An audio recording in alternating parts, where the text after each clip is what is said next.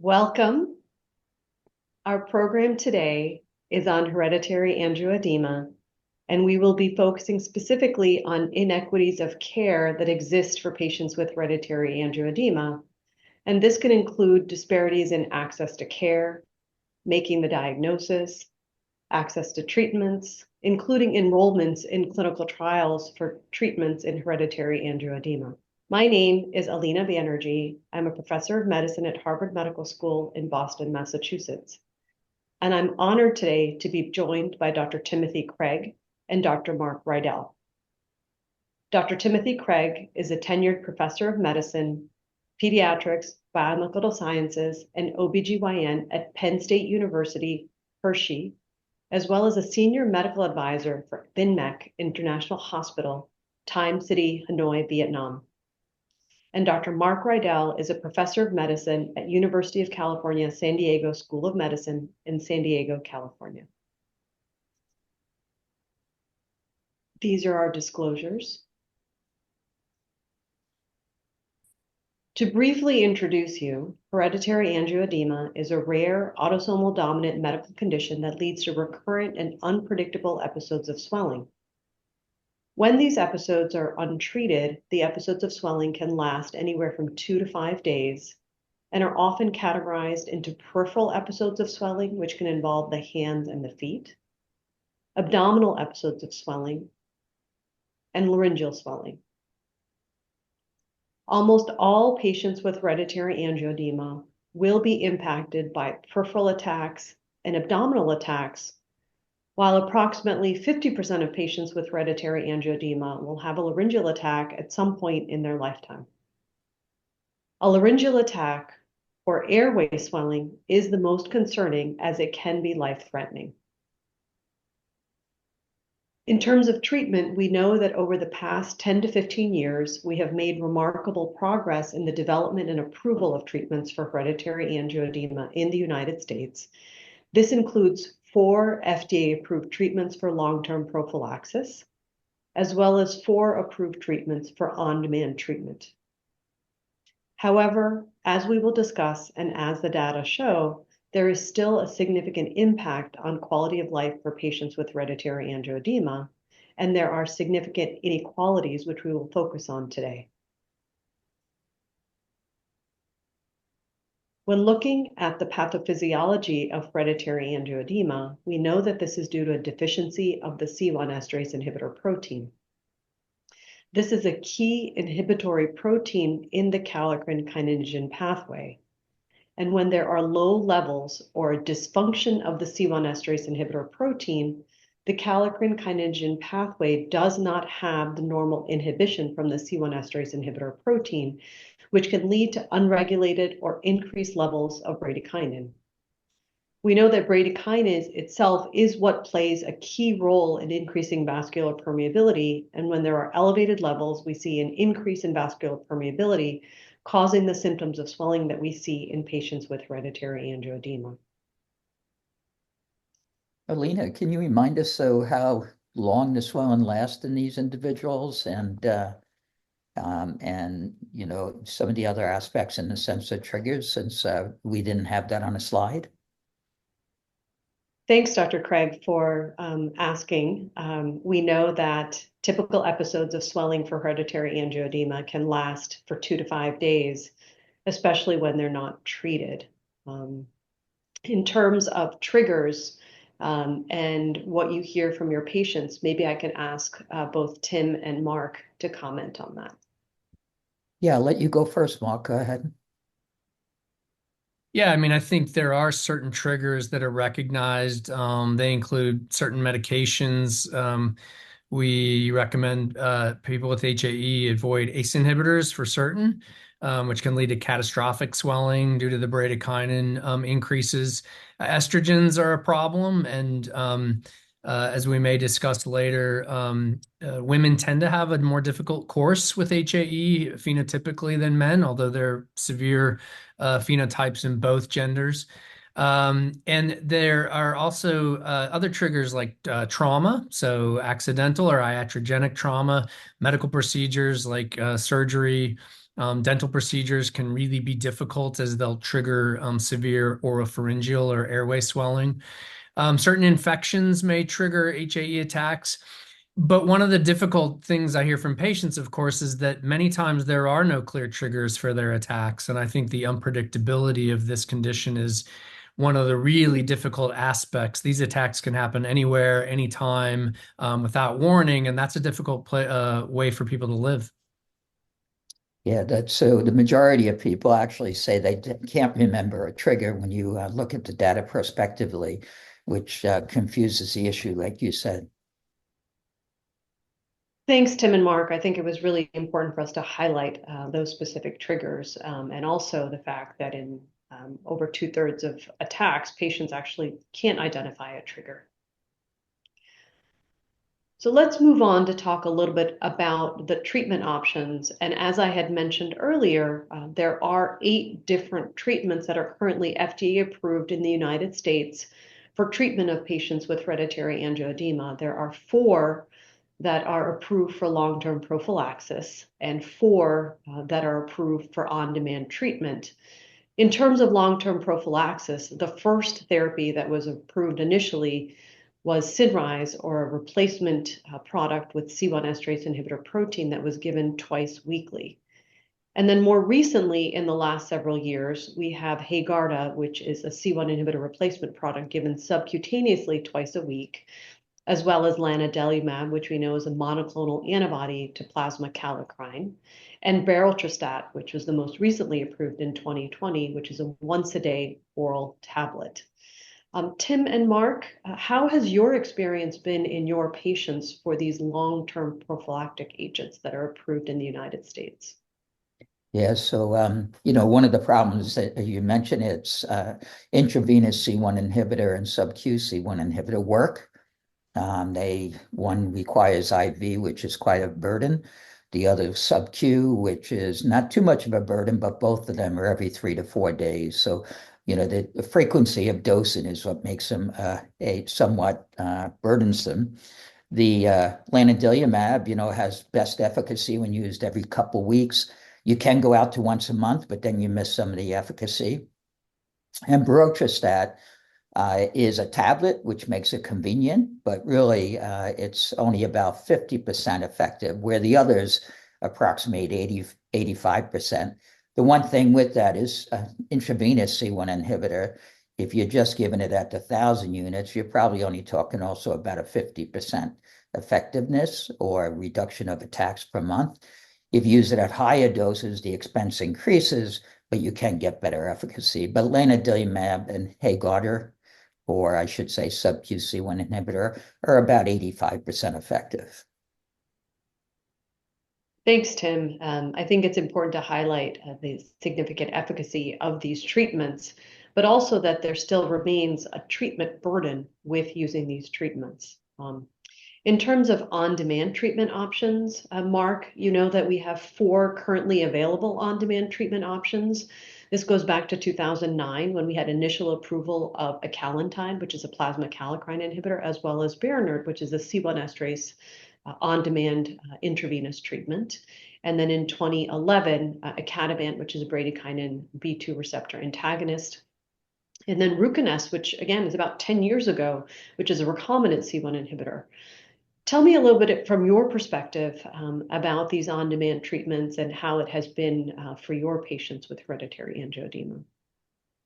Well, the on-demand treatments are critical, and one of the things we continue to remind our patients is that everyone with a diagnosis of HAE needs on-demand therapy. As you mentioned earlier, this is a life-threatening condition, so not only really debilitating when these attacks hit, but there is a real risk of mortality if the airway is involved. So on-demand treatment continues to be really important to put into our treatment plans. And the good news is we have options, right? Just like the prophylactic medicines, we have a few different options. And so we discuss these with patients, and every patient sort of selects a medicine that's going to be easy for them to use and effective to treat their attacks. And so I think that's one of the themes here is not only do we have options? But there's variability from patient to patient. Not every patient responds exactly the same to each medicine, and side effects might be different in each patient. As you mentioned, I think on-demand therapy is another area where there still is a burden of treatment. These are all intravenous or subcutaneous medicines, and as some recent studies have shown, that is a barrier to treatment in some cases, that patients are either unprepared to treat their attacks or unwilling to treat their attacks because of some of the side effects and discomfort concerns. So as you're going to show us, we have some exciting things in development that may further improve on-demand treatment as well. The one thing, Absolutely. Go ahead, Tim. yeah, the one thing I'd add to that, we talked about long-term therapy and we talked about rescue. Really didn't mention anything about short-term prophylaxis, which is important. Drug of choice of that is intravenous C1 inhibitor. You can use androgens if you have the time period to stop 5 days before, but that is not as effective as intravenous C1 inhibitor. I think that is the drug of choice, usually given before surgical procedure, especially if someone's going to be intubated. As Mark talked about, that's such an important concept. So if you have a medical procedure passing the airway, again, that would be a time you would want to have a person receiving short-term prophylaxis. And then also for dental work, maybe not for cleaning, that's questionable, but definitely for extractions of teeth, you should really, again, use short-term prophylaxis. Yes, thank you, Tim. We often forget to talk about short-term prophylaxis, but it's a very important part of managing our patients with hereditary angioedema and really giving them treatment prior to a known trigger, such as a dental procedure or a surgery, where we know that an attack could be triggered by that procedure. In terms of using these therapies, I think one of the things that we often talk about is shared decision making. Is that something that Tim and Mark, that you often will use or think about when you're talking about these treatment options with your patients?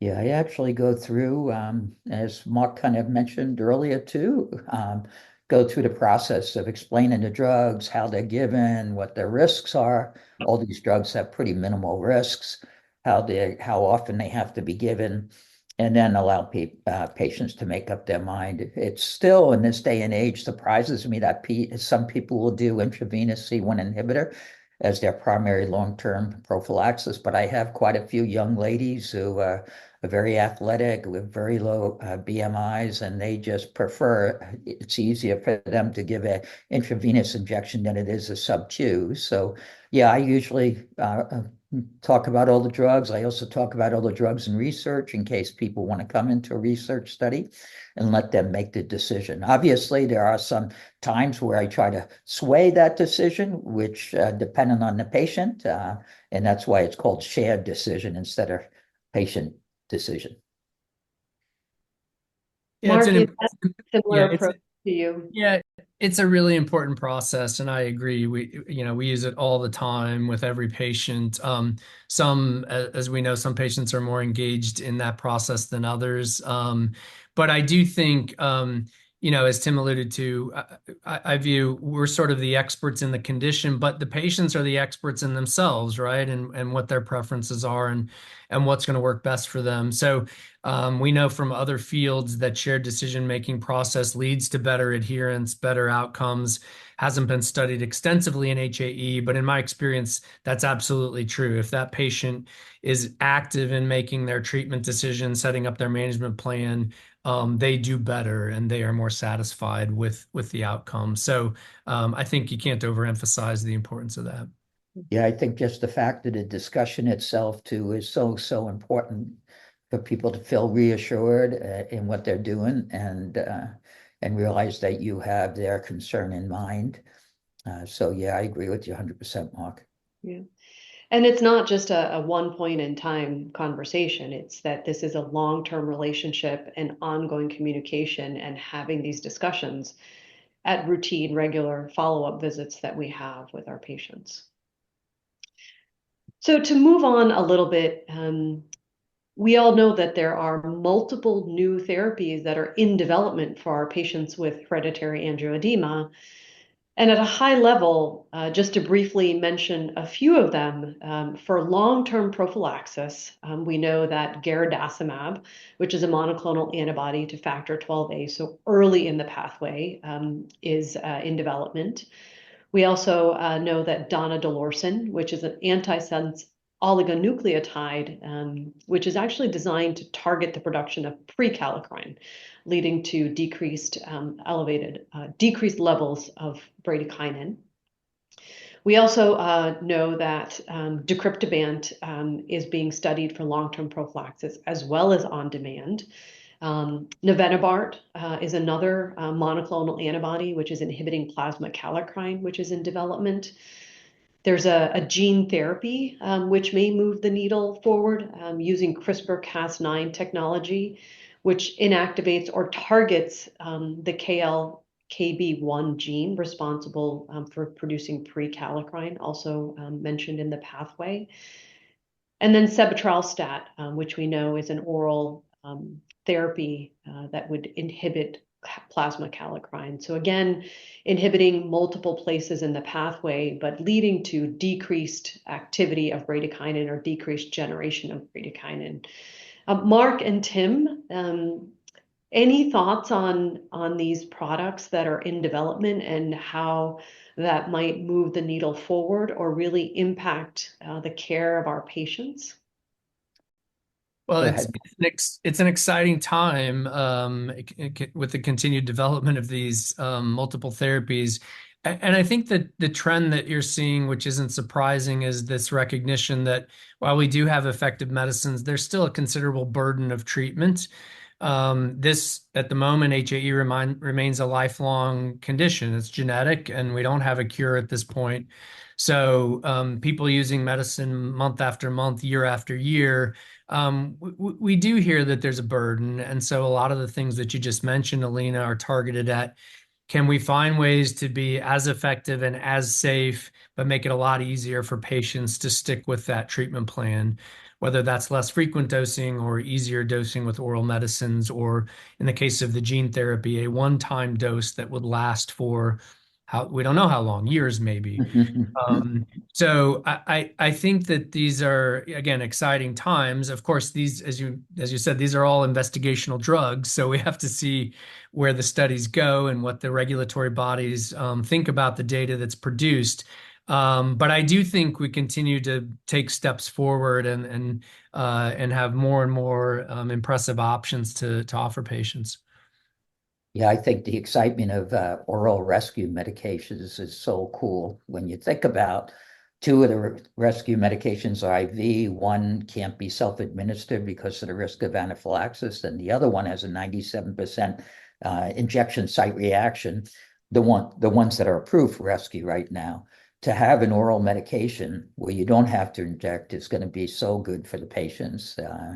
I think it might even change some people away from prophylaxis and instead go for just on-demand medication.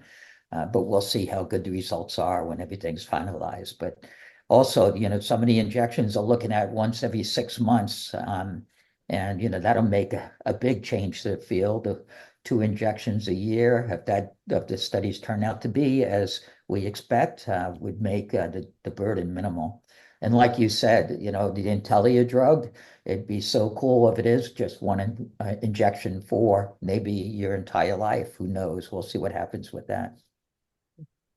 Yeah, it's clear that even though we all have seen so much progress in treatment options and even what we have available, that there is so much in development that is going to really move the needle so much for our patients. And so it's really an exciting time, to say the least. But to really bring us back to one of the main things that we wanted to address today, let's think a little bit about the disparities that we're seeing in the diagnosis and management of patients with hereditary angioedema. And this includes the years that it can take to reach a correct diagnosis across the spectrum of patients with hereditary angioedema, access to specialized care, access to therapies, all the things that we talked about. Tim and Mark, maybe I can ask you to talk a little bit or comment a little bit before we go into the data about what you're seeing from your perspective about some of these things and why it's so important for us to talk about the disparities in patients with HAE and how it's impacting their care.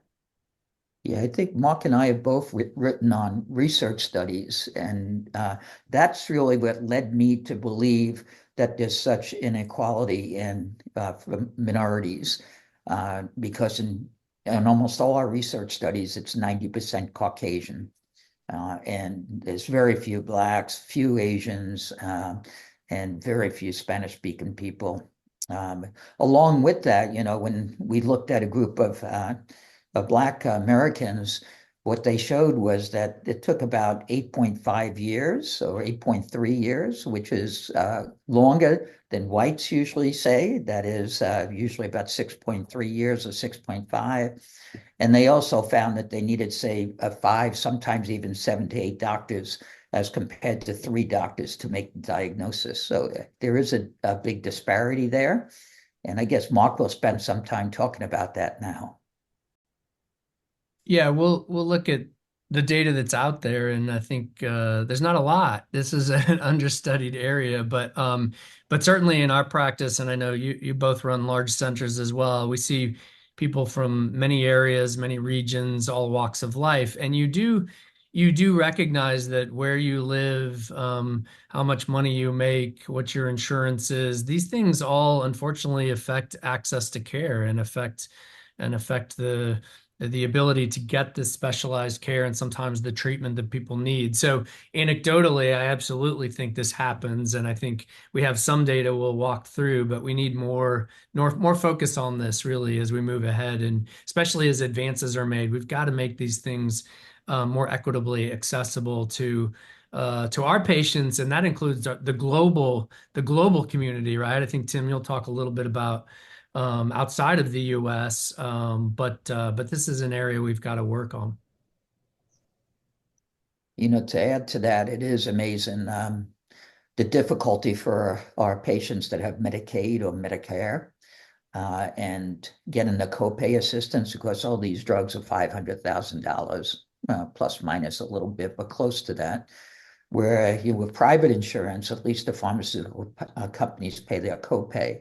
And it's usually we are very successful in getting the copay for Medicaid and Medicare patients, but I'm always worried about that amount of money drying up and not being available to subsidize those people who are on state or federal insurance.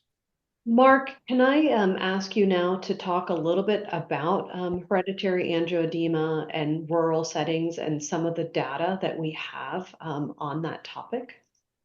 Yeah, thanks, Alina. Happy to launch into that topic, which I think is important. So let me share a little some broad concepts first, and then we'll dive into what we know, which isn't enough, but about HAE in rural areas. And so this won't come as a surprise to anyone, but there's a fair amount of data to show that globally, if you look at all of medicine, that residents in rural areas in the US have greater health inequality than people that live in urban or suburban locations. And if you look at a map of the United States, there's large swaths of areas that are underserved medically, that there simply aren't sufficient medical professionals or medical specialists to take care of the people that live in those areas.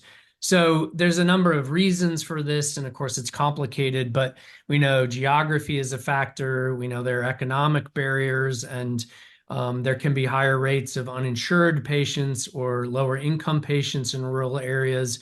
It can be difficult to recruit and keep physicians or other healthcare providers in rural areas, and that's particularly true for specialists who may not have a sufficient population to support a specialty practice. I would say it certainly appears to be true for allergist immunologists, which I'll share some data on that in a moment. So as we talk about HAE, recognize this is not unique to hereditary angioedema. It's been shown by the CDC data to be true for heart disease and stroke and cancer and respiratory disease. If you live in a rural area, unfortunately, you're at risk for getting a lower level of care, or at least specialist care, compared to people that live in cities. Now, when we talk about rare medical conditions, which HAE is a rare medical condition, that problem is likely to be compounded. We don't have a lot of data on HAE in rural areas, but let me share a little bit of data which suggests we may have some problems here. There are a couple of patient surveys, this is going back to 2013 and 2015, that show about 22% of people with HAE live in areas with a population of less than 20,000, so quite sparsely populated, and another 25% or so that live in towns that have between 20 and 100,000 people. So if you put those numbers together, that means almost half of people with HAE, at least based on these surveys, live in what might be considered a rural area. Now, these are surveys, you have all the limitations of surveys, selection bias, and so forth. But nevertheless, there's probably a large proportion of patients with HAE that do not live in cities or suburban areas. The other thing I'll share with you is a 2013 survey of physicians, and this was physicians who take care of HAE, and that showed that less than 20% of practices are in these population areas of less than 100,000.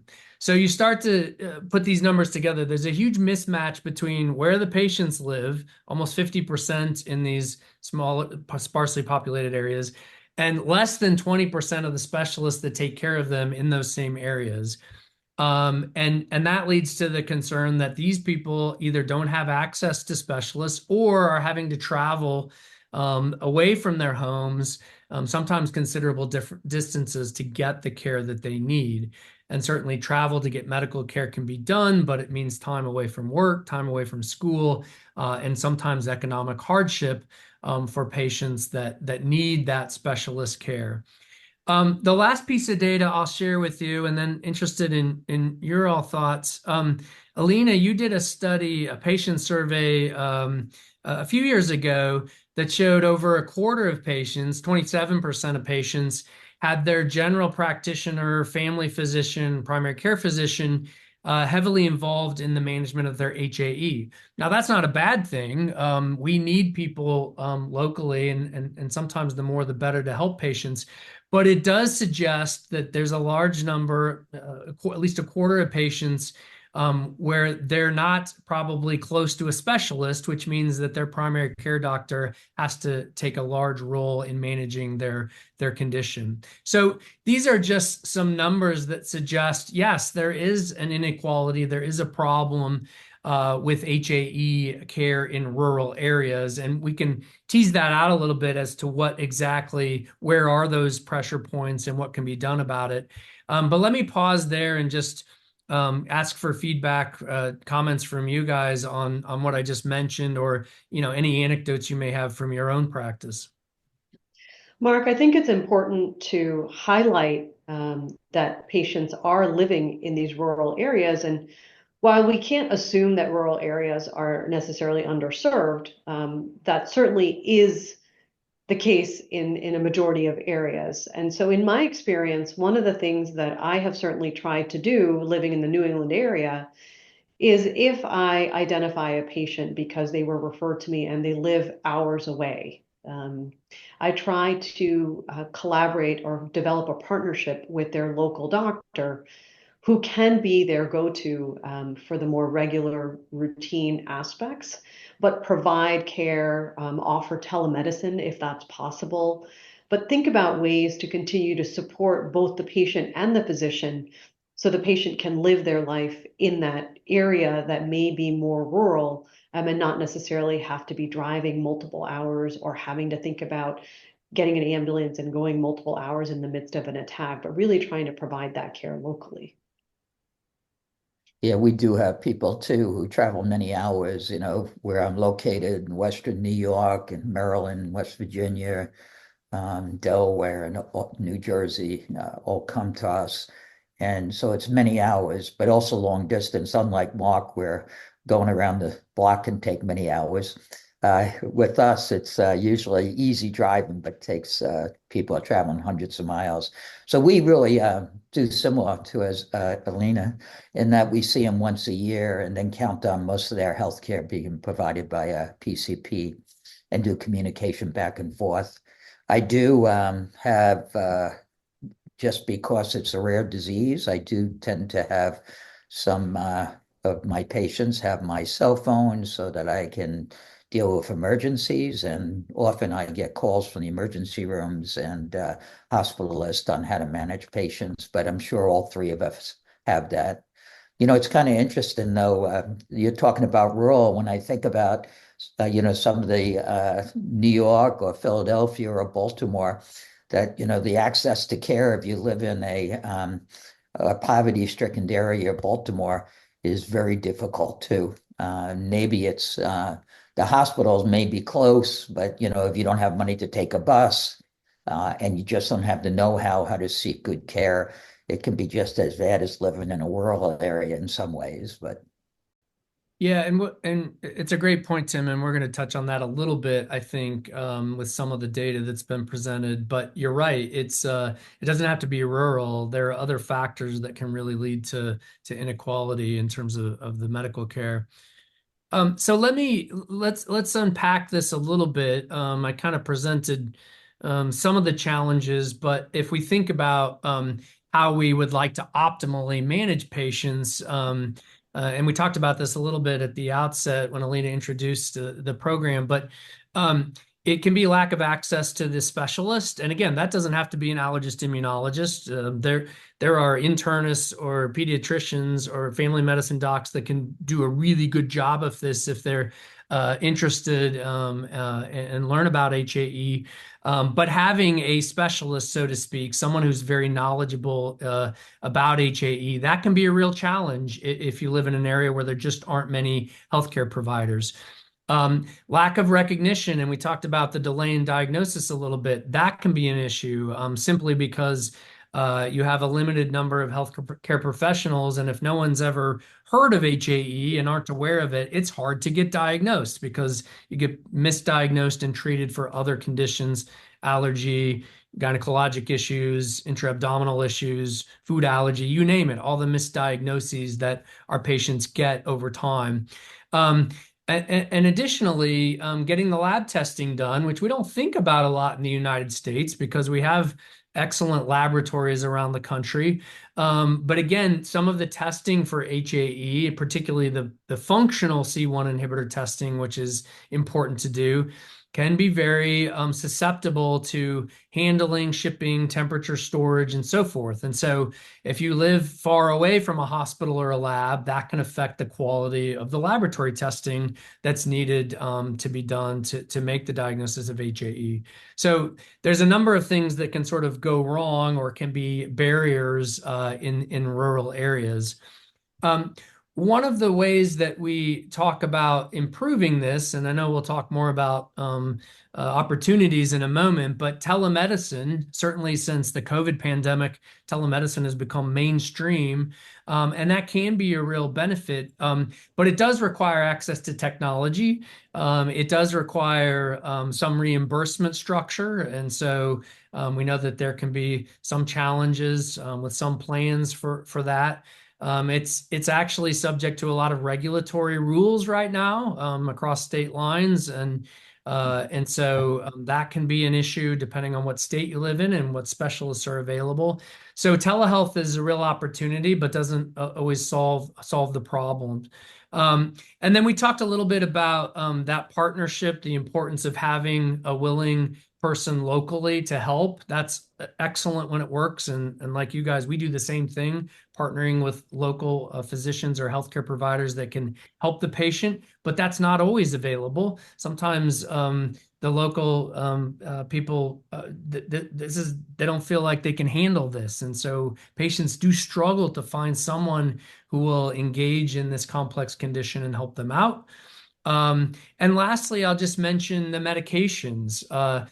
We talked about some of the very effective medicines we have and those that are coming along in the pipeline. Unfortunately, those medicines can be difficult to obtain. There's often a complicated prescription and authorization process. Tim mentioned earlier the cost of these medicines and how even with insurance coverage, it can be unaffordable to some patients because of out-of-pocket costs. And then that doesn't even speak to some of the logistical challenges. These medicines usually are handled by specialty pharmacies with a certain chain, and there can be difficulties in getting medicines to more remote areas safely and stably. So I think there are a lot of both practical and bigger picture problems that we have to think about in trying to do best for our patients in rural areas. Any comments from you all on any of these points that I just mentioned? The one thing I would mention is exactly what you said about the medications. So going back to short-term prophylaxis, if people are getting care in smaller community hospitals, often they don't have any of the drugs we need, especially IV C1 inhibitor. So, that's one of the things doing the education of my patients, especially when they travel a distance to us, is to make sure they call the emergency rooms in their area to see if they can have the medication, and then if they don't, to make sure they have the medication at home to brown bag. Now that's a problem. A lot of hospitals won't allow patients to bring in a medication, but it is an alternative sometimes to get around a hospital who doesn't want to carry it. I'm glad that we're thinking about this and talking about this because, as we've mentioned, there are no easy solutions, but this is a challenge that those of us that are taking care of HAE patients need to talk about more. And I find that this actually really relies on patients advocating for themselves. And so those that aren't advocating for themselves are the ones that are really in a place where they're not getting the care that they need. And those are the ones that we have to reach more. And I don't actually have any easy answers other than all the things that you've talked about. And for us to continue to educate and continue to teach and continue to improve care in the way that we have been doing. It's a really good point, Alina. It's sort of, we only know what we know, right? And I think about that a lot too. Like the patients who may be struggling the most are the ones we're not even aware of because they're not getting to a specialist or a center or someone who, can help them optimize their plan. It's also a nice segue to talking about, opportunities or strategies to improve. And I'll be brief here because I don't think there are easy answers. There's a lot to think about, but let me just say a few words and then I'll invite you guys to add your thoughts. Barriers to diagnosis. You got to think of the diagnosis. So this goes back to education. We need to do everything we can to educate our colleagues, particularly those that may be in underserved areas, to put this in their minds and remember it if they see patients with recurrent swelling or recurrent abdominal pain. There is work on diagnostic testing. There's been some publications now on dried blood spot testing, which may or may not take off in the United States, but certainly globally shows great promise as an easier way, a more stable way to transport a sample and test for both C1 inhibitor levels and function. I think the access to specialist care is one of the biggest challenges, and just doing our best to network, make our colleagues aware that we're here to help, that the community of HAE specialists is here to help. Partnering with local physicians and local healthcare providers, as we've already talked about, really critical to be successful in these areas. Patient education, and I'll put in a plug again for the U.S. Hereditary Angioedema Association, which is really centered on educating patients, giving them opportunities to learn and advocate for themselves. Lots of materials, lots of programs for patients to be engaged and improve their own knowledge and care. And also healthcare providers. The HAEA is very active in CME and reaching out to areas where they are hungry for this sort of information. So education really important. In terms of treatment strategies, there's a good argument to be made that prophylactic therapy, long-term prophylactic therapy, makes a lot of sense in areas where you don't have immediate access to specialist care or even to emergency care. So I think that's something I talk about with my patients who may live in more remote areas, that if you're on the fence about prophylaxis, that may be a good move to try to prevent any catastrophic attacks where you can't get to the emergency department quickly, although hopefully the on-demand medicine will take care of those attacks. We talked a little bit about telemedicine, and I think this is really a huge opportunity, but will require regulatory agencies, our governments to sort of make that a stable way to provide care, far-reaching care to people that need it, especially with rare conditions. And then we're all aware of economic disparities, and that's a real challenge, that a societal challenge that I think we need to think long and hard about. How are we providing medical care?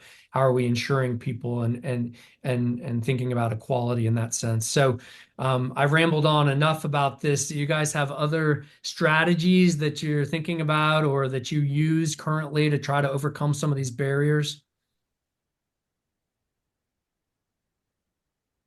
Yeah, so I see you're going to be talking about that in a second, but I do a trifold card too for everybody.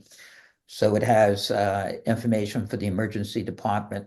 It has the patient's information. God forbid they have it, having a throat swell and they can't really communicate well. It has what rescue medications to use for that patient. It has what prophylaxis they're on. And it has just a little discussion on general about treating hereditary angioedema patients in the emergency room. So I find that really helpful, and I give it to 100% of our patients. Well, maybe I should say 99. I try to give it to 100% of our patients. But I think for remote emergency rooms, that's a really helpful thing for them, especially if they can't get hold of someone to communicate with.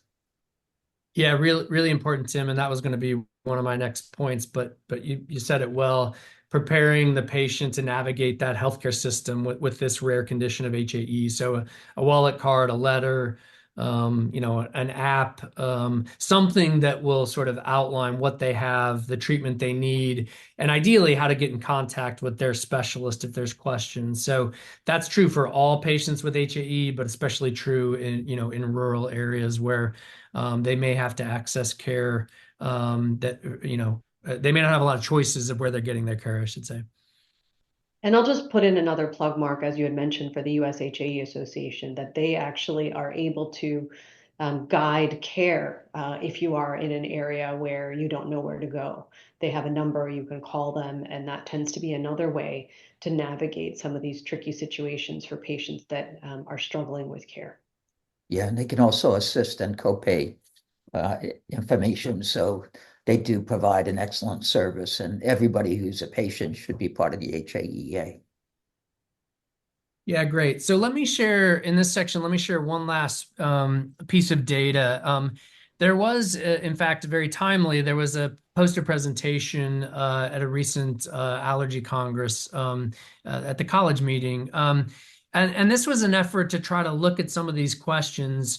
I'll talk a little bit now about the rural portion of it, but they also looked at other predictors or factors that might be involved in social determinants of health. So some data presented by Alan Baptist, who's in Michigan. This was a retrospective claims database review.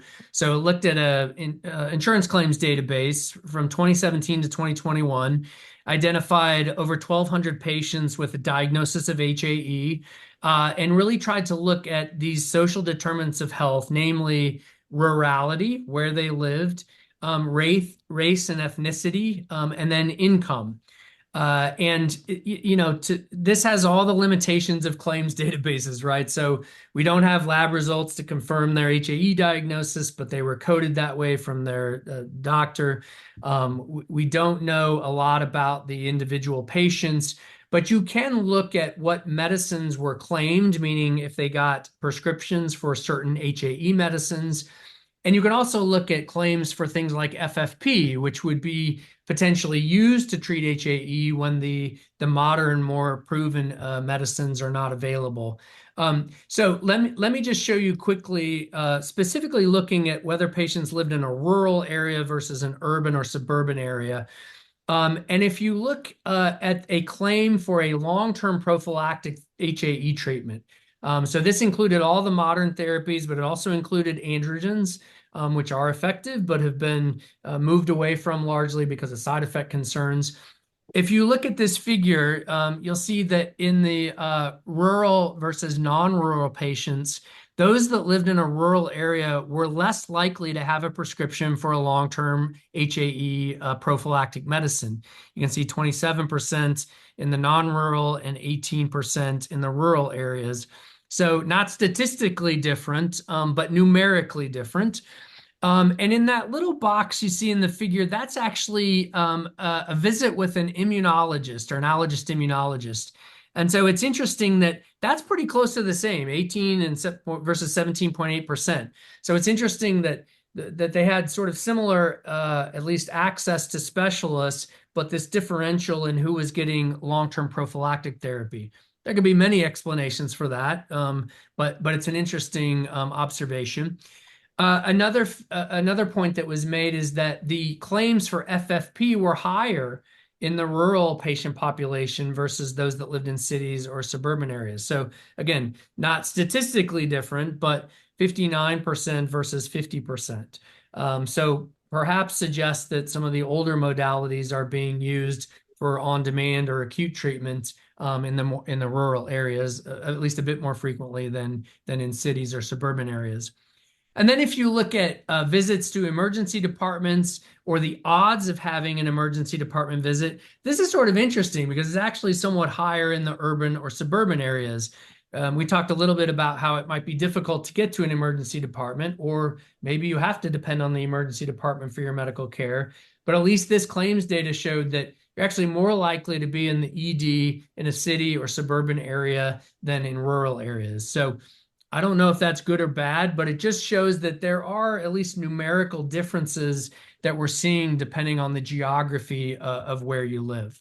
And we'll look at dig into some of the racial and ethnic data a little bit later in the program. But this is sort of hot off the press. Hopefully we'll have more studies, more refined, more rigorous studies kind of looking at this issue in hereditary angioedema. Any thoughts about, does that data surprise you guys or sort of as expected? It's nice to see that we're collecting data because we can talk a lot about these things, and we presume a lot of these things and we're guessing a lot of these things and making educated guesses. But I think really looking at these data, trying to understand the reasons behind the data and trying to make an impact and measuring the data is really the best way for us to understand the situation and how best we're making an impact and then following that over time. So it's nice to see that we're starting to look at some of these things. Yeah, so I think if it's okay with the other two, I'll move on to some more of the information that's based on international disparity.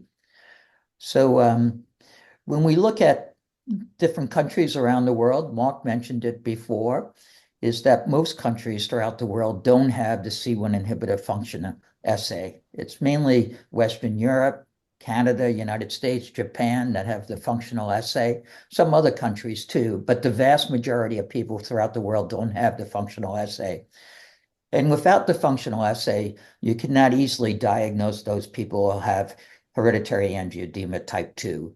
You should be able to diagnose one with just the C4 and a C1 inhibitor, which is Mark was talking about. They're trying to develop spot tests for that. And that'll at least help in a diagnosis, but you'll still miss 15% of people who have type 2.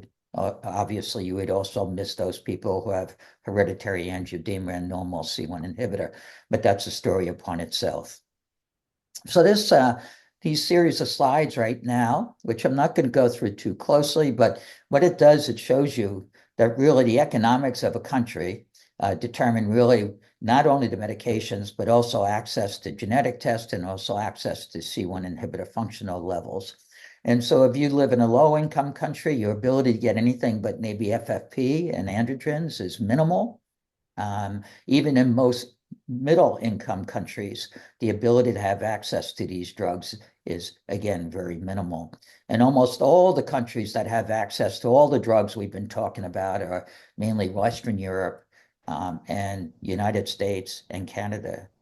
Australia and also Japan have similar drugs, but the restriction is far greater for using prophylaxis than it is here in most of Western Europe. Do you have any comments? I know you both have international ties and we all do much travel to different countries. Do you want to talk a little about your experience in foreign countries and access to care in hereditary angioedema? I think most of my experience is similar to what you're describing, Tim. In speaking with colleagues and understanding what treatments are available, we know that many, many countries have very few, if any, of the treatments available, and that they are continuing to use treatments like the androgens, which, while are effective, can have a lot of side effects. And so there's still a lot of work to do to really address these disparities that we're seeing worldwide. Yeah. And imagine being a person in a country that doesn't have any medications available, and you're looking to have a spouse, and you know that the 50% chance that your children will have it, and be born into a country where you have no access at all to medications that are well tolerated and very effective. It really is a major problem. But also, when we look at in the United States itself, there is some major disparities in between minorities and the majority. And we did a tri-X where we looked at the general population and then studied that to people who have been in studies in phase 1, 2, and 3 research studies. And you can see on the one chart here, it shows you that almost all the patients who in clinical trials are Caucasian, and usually not Hispanic-speaking Caucasians. And when I mentioned the figure before, it's close to 90% in most cases. And if you look at the difference between the rate in the population of HAE and the rate of patients in clinical trials, actually that percentage is higher in Caucasians as compared to in clinical trials as compared to those in the general population. But if you look at Blacks, you look at Spanish-speaking individuals, and if you look at Asians, very, very few are in any clinical trials, much less than the HAE in the general population. So that's a problem somewhat, because are the data we're collecting, are they equal between the different races? We don't know. We assume that's the case, but almost everything's based on all the efficacy and side effects are basically based on Caucasians. When you look at it a little different too, somewhat we can show, we've looked at drug responses in different races. And this was a study done with Takeda. And we looked at the HELP study, which is the lanadelumab study. And if you look at the data carefully, you can see it looks like, at least in the first part of the lanadelumab study, it looks like that actually Hispanics responded much better than Black or Asians or Caucasians. But if you look at these numbers, there was only like 2 Asians. There was only a handful of Hispanics and only a handful of Black people. So how do you really tell if that's in fact the case? So we looked actually into the HELP study in the long-term open label part, and you could see similarly that there seemed to be somewhat changes. But I really do think during the open label, it made it likely that these drugs, at least lanadelumab, is just as effective in minority groups as it is in majority. But still, it would be nice to have more Asians, more Black Americans, and more Spanish-speaking people in the trials to ensure that's the case. Now, I guess either one of you have any comments in the same sense of disparity in clinical trials and also the disparity in responses to medications? Just to quickly review that claims database study that I mentioned earlier, but now look quickly at the ethnic and racial groups. And again, this was looking for disparities amongst these different race or ethnicities. So remember, if you look at the claims for long-term prophylactic HAE treatments, so these would be prescriptions for the long-term prophylactic therapies, you'll note that across the board, the outlier here is in the African American population. At least numerically, there were many fewer claims for long-term prophylactic therapy compared to the other ethnic groups, and certainly below the overall mean percentage. You'll also note that small bar in the box, again, is a consultation with an allergist immunologist. And so a much lower rate of seeing an allergist amongst the African American population compared to other groups. Similarly, for FFP, that older treatment for HAE attacks, much higher prevalence or percentage of prescriptions or claims for FFP in the African American population compared to the other groups. And lastly, looking at the odds of having an emergency department visit. This was statistically significant, the odds being much greater in the African American population and greater also in the Hispanic population compared to the other ethnic groups. Now, we don't know if those HAE visits were, or sorry, those ED visits were for HAE specifically. So there could be other factors leading to that odds ratio being much higher. But nevertheless, this is a statistically significant difference in where people are seeking their care amongst these different groups.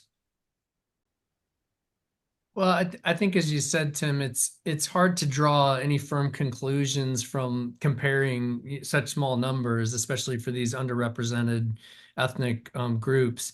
There's no question that we need to better include those groups in clinical trials, because, as you said, almost all the studies are far predominantly in whites. So we need to continue to recognize this and make efforts to, to be more inclusive as we do clinical trials. The interesting thing is that, as you know, but it's important to state, as far as we know, there is no ethnic, HAE plays no favorites when it comes to race or ethnicity, right? It affects all different races around the world, and interestingly, in pretty similar prevalence, regardless of which country you look at. So this is really, I guess my point is, this is a systematic issue, right? It has something to do with who's interested in studies, how are we presenting it, who's given the opportunities. And so it's something that we should hopefully be able to address in the future to get better data, more representative data.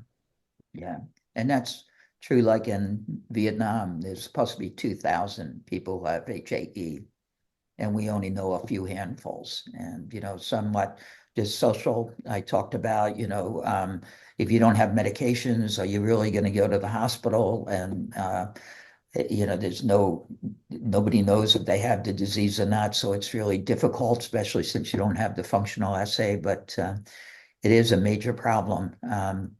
And it's also hard to do research in a lot of countries. We've tried to have some research on HAE in Vietnam, but the national restrictions are so difficult to really perform studies there. It makes it almost impossible. And I think these are challenges in clinical trials, not only in hereditary angioedema, but we see this in a lot of data in many, many clinical trials and many different clinical conditions. And I think that recognizing this and actually understanding how can we impact these communities or these ethnicities, and why are they not participating? Is it lack of trust? Is it a cultural belief? What are the barriers? And then actually spending the energy and the time to address it is going to be important going forward. So with the time element that we have right now, if it's okay, I'll summarize everything in just a few minutes, and then we'll open it up for final comments. So I think we looked at disparity. It occurs in race, it occurs in countries, it occurs in urban and rural areas, and less in urban, but definitely rural, as Mark talked about. This has a problem in the sense that people get inadequate care. It has a problem in the sense of having emergency care in emergency rooms that don't have the medications. Maybe in those populations, at least in the rural, in high-income countries, there may be a greater reason to, discuss prophylaxis. Well, you should discuss prophylaxis at every visit, but maybe have that person on prophylaxis and encourage it because their inability to get good emergency care.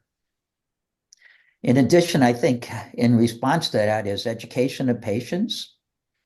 make it shared decision, making sure people have some kind of identity card on them that helps emergency room physicians have a center, maybe see the patient on a regular basis, maybe once a year or maybe every 6 months to ensure that the patient's up to date in their medications. And, again, going back to the HAE, having patients introduced to HAE so they can reach out. So I think we have a lot to do about correcting disparities. I think, as Alina, you pointed out, just the fact of discussing it is very critical in collecting the data so that we can react to it and see how we can improve care of patients who have HAE. And in fact, as again, Alina, you pointed out, it's true for almost all rare diseases, have that same issue that hereditary angioedema patients do. So Mark, Alina, you have any closing comments?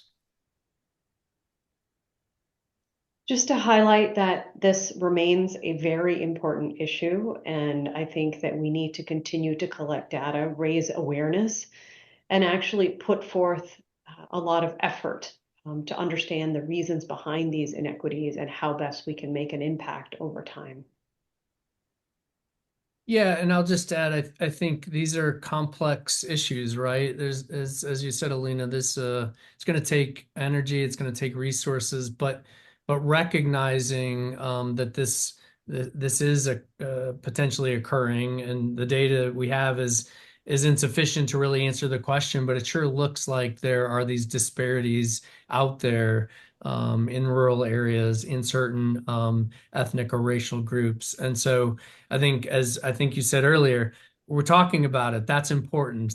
Should be just the beginning to recognize these are challenges we've got to tackle, and then putting our heads together and finding some solutions and opportunities. So I look forward to more programs like this and more studies that we can report that'll hopefully solve some of these problems or at least improve the status quo. Good. Hey, thank you all so much.